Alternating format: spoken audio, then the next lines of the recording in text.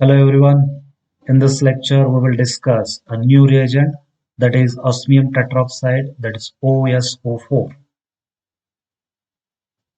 In this lecture, we will see the preparation of osmium tetroxide, the mechanism or how it works in the organic reaction, and how it is useful in the organic synthesis, that is applications of osmium tetroxide. The structural formula is like this, in which there is a presence of OS, that is osmium, as a central atom, and which is attached to the 4 oxygen through a double bond. There are 4 oxygen. It means that it is useful in the oxidation purpose, and generally the osmium tetroxide is used for the hydroxylation purpose. Now we will see the preparation of osmium tetroxide. The preparation is simple one. Osmium metal is heated in presence of air, where it is forming osmium tetroxide. It is solid and it may sublimes, that is, it undergoes sublimation.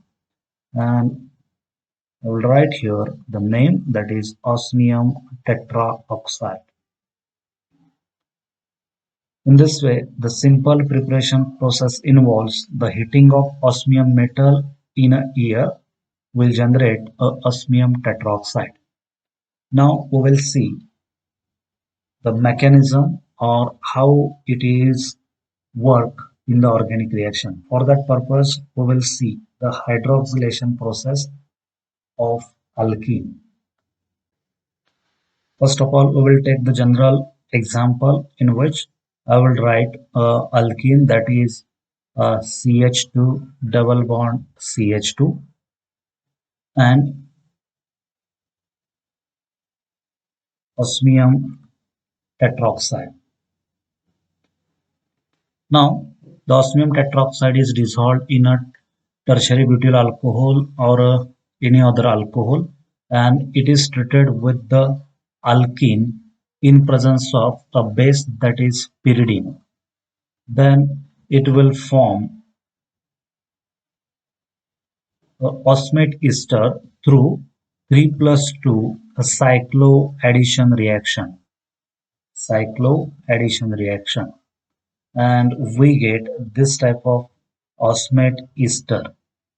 Here I will write CH2, then here CH2. This carbon is attached with the oxygen. Here there is oxygen, here osmium, then second oxygen. It is a osmate ester. And how this is forming, I will write here CH2, then double bond CH2. Here I will write actual structure of osmium.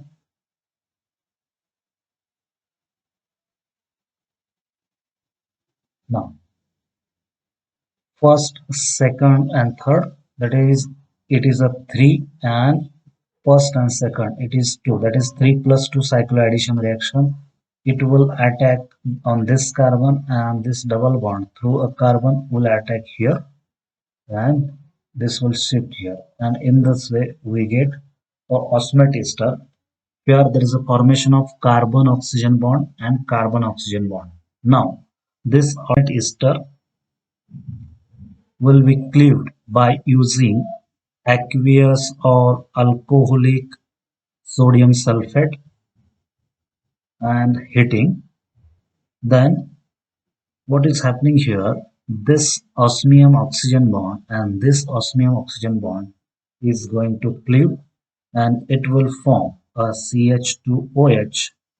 Here there is a CH2OH, and here we get H2OSO4, that is osmic acid, and here there is a hydroxylated product, that is hydroxylated alkene. It is nothing but a vicinal diol. Vicinal diol.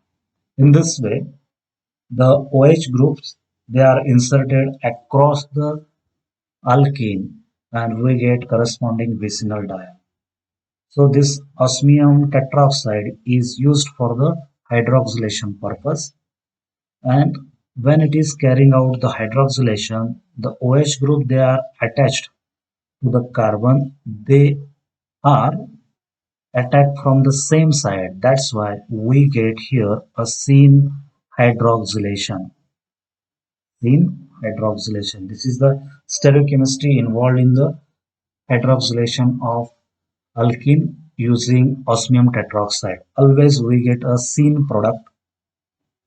It means that both the OH group they are on the same side.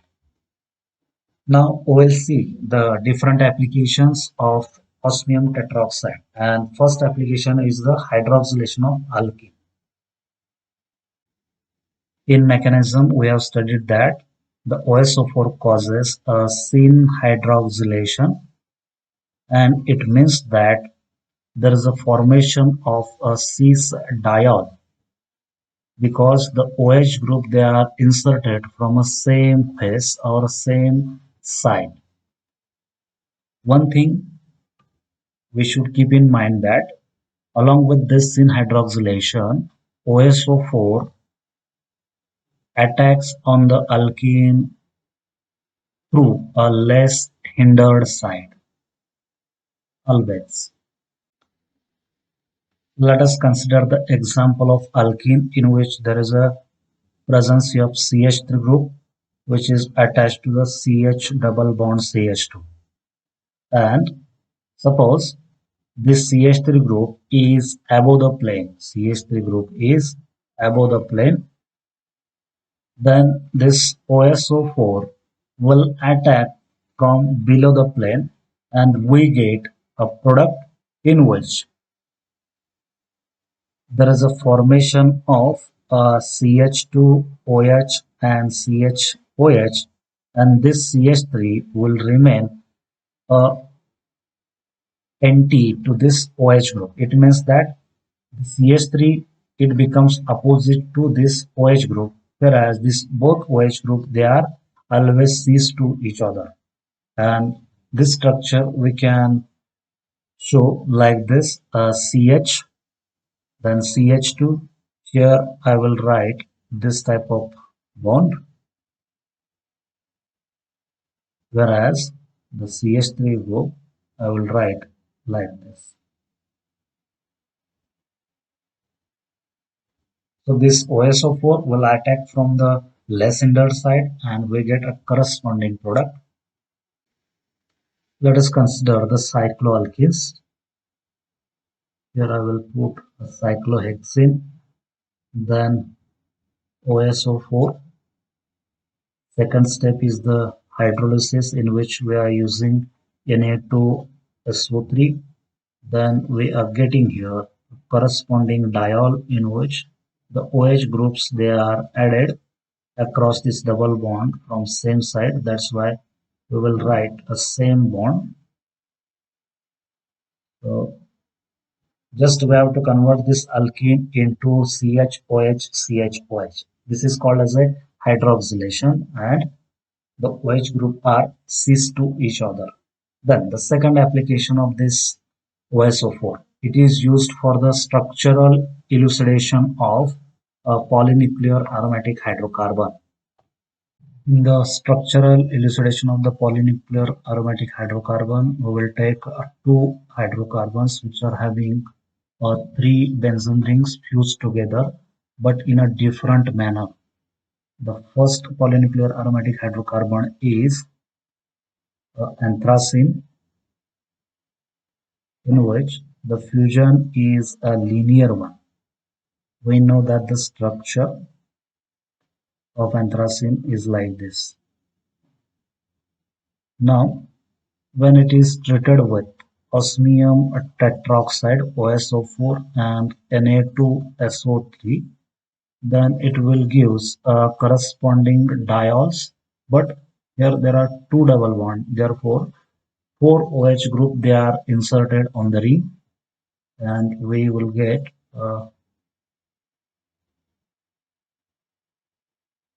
compounds which is having four OH group attached to the.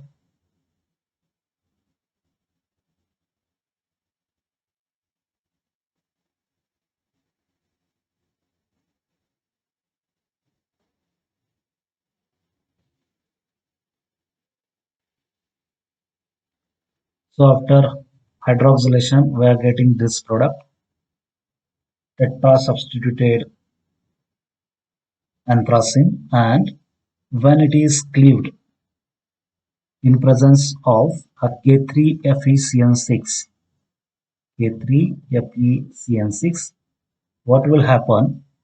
It will form a corresponding dicarboxylic acid, but here the COOH groups, they are attached like this. So the third ring, which are having a 4 OH group, it is cleaved, and after cleavage we are getting a naphthalene 2,3 dicarboxylic acid, naphthalene 2,3 dicarboxylic acid.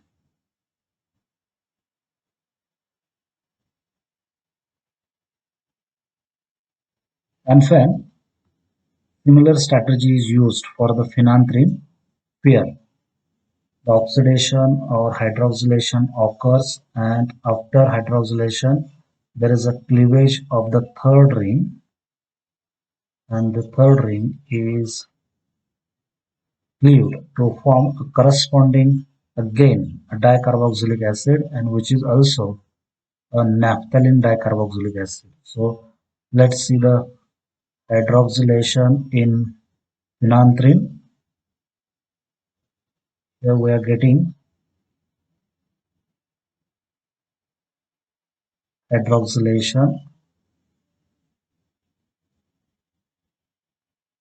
on this ring. OH, there is OH, third OH, and this is the fourth OH. And finally, K3FeCN6. In presence of K3FeCN6, this ring will collapse to form a corresponding dicarboxylic acid.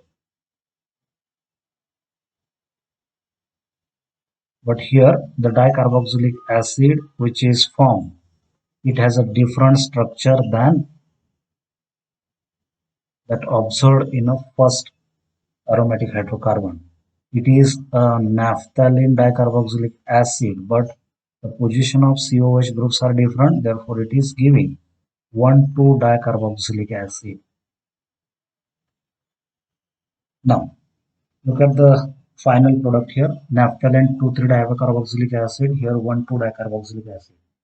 Therefore, when there is a formation of naphthalene 1,2 dicarboxylic acid, it implies that there is a phenanthrene ring. And in phenanthrene ring, there is a non-linear attachment of the benzene rings, whereas the formation of 2,3 dicarboxylic acid indicate anthracene, and in anthracene we know that the rings are linear. In this way, one can say that whether the rings are linear or non-linear. It is nothing but the structural elucidation of polynuclear aromatic hydrocarbon. The third application of the OSO4 is it is used for the structural elucidation of the unsaturated compound. It is like a structural elucidation of the polynuclear aromatic hydrocarbon. In the first step, there is a hydroxylation, and in the second step, the cleavage of hydroxylated product. This application is used in the natural product chemistry. Let us take the simple example from which we get a clear idea how the structure is elucidated in the unsaturated compound. For this purpose, we will take 1-butene and a 2-butene. The structure of 1-butene is CH2 double bond CH, CH2, CH3. First step is OSO4 hydroxylation, and we get the attachment of two OH group on a CH2 and CH. So we are getting a hydroxylated product in the first step. In the second step, this hydroxylated product, it is cleaved by using sodium periodate, and it will generate two aldehyde molecules by the cleavage of this bond. So after the cleavage of this bond, we are getting HCHO plus. Here, this is carbon first, second, and third. That's why we are getting a CH3, CH2, CHO. After the cleavage of this bond, the CH2OH group is converted into HCHO by using NaIO4, that is sodium periodate. So we are getting here one formaldehyde and second a propionaldehyde is one butene.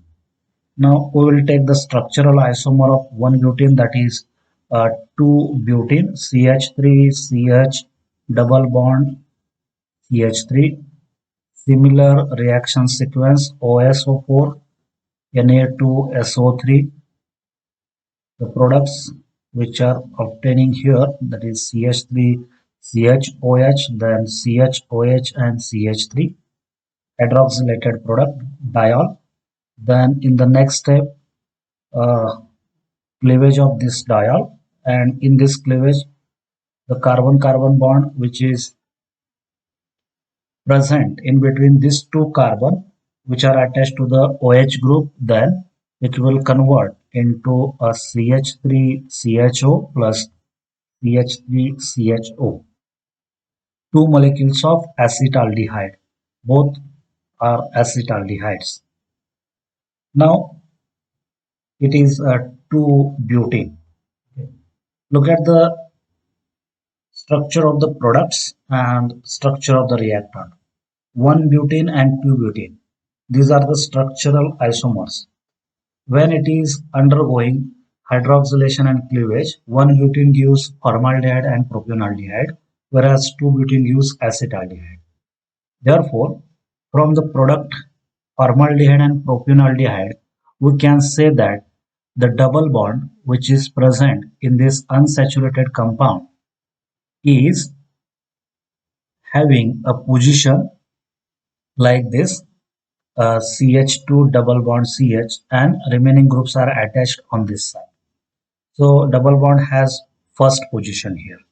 Whereas by observing the product in the second example, two acetaldehyde molecules are formed. It means that the double bond is present inside the molecule. It means that there is a position, that is a second position at which a double bond is present. So from this example, it is clear that the position of double bond in the unsaturated compound can be found out by using a OSO4 and then cleavage of the hydroxylated product. This strategy is used in the natural product chemistry where we can assign the position of double bond in the structure. Then last application is, along with the structural elucidation, hydroxylation, this OSO4 acts as a catalyst in a alpha-beta unsaturated aldehyde and alpha-beta unsaturated ketones. Oxidation of alpha-beta unsaturated compounds, OS4 acts as a catalyst. Let us consider the example of alpha-beta unsaturated aldehyde. Here there is a acraldehyde. When it is treated with H2O2 and OSO4 as a catalyst, it will form a corresponding glyceraldehyde.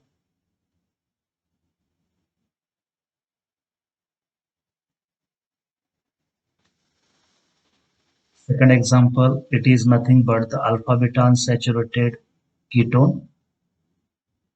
Here I will write R dash. It is alpha-beta unsaturated ketone, and it is converted into alpha beta dihydroxyketone when it is treated with H2O2 and OSO4 or CHOH, then CHOH, a CO and R dash. It is alpha beta dihydroxyketone. In this way, there are four applications of OSO4 that we have studied in this lecture: syn hydroxylation, then structural elucidation of aromatic hydrocarbon as well as unsaturated compound, and it's used as a catalyst in a oxidation of alpha beta unsaturated compounds. This is all about the OSO4, its preparation, mechanism, and applications. Thank you for watching the video. Keep studying and keep watching all the contents on the YouTube. Thank you very much.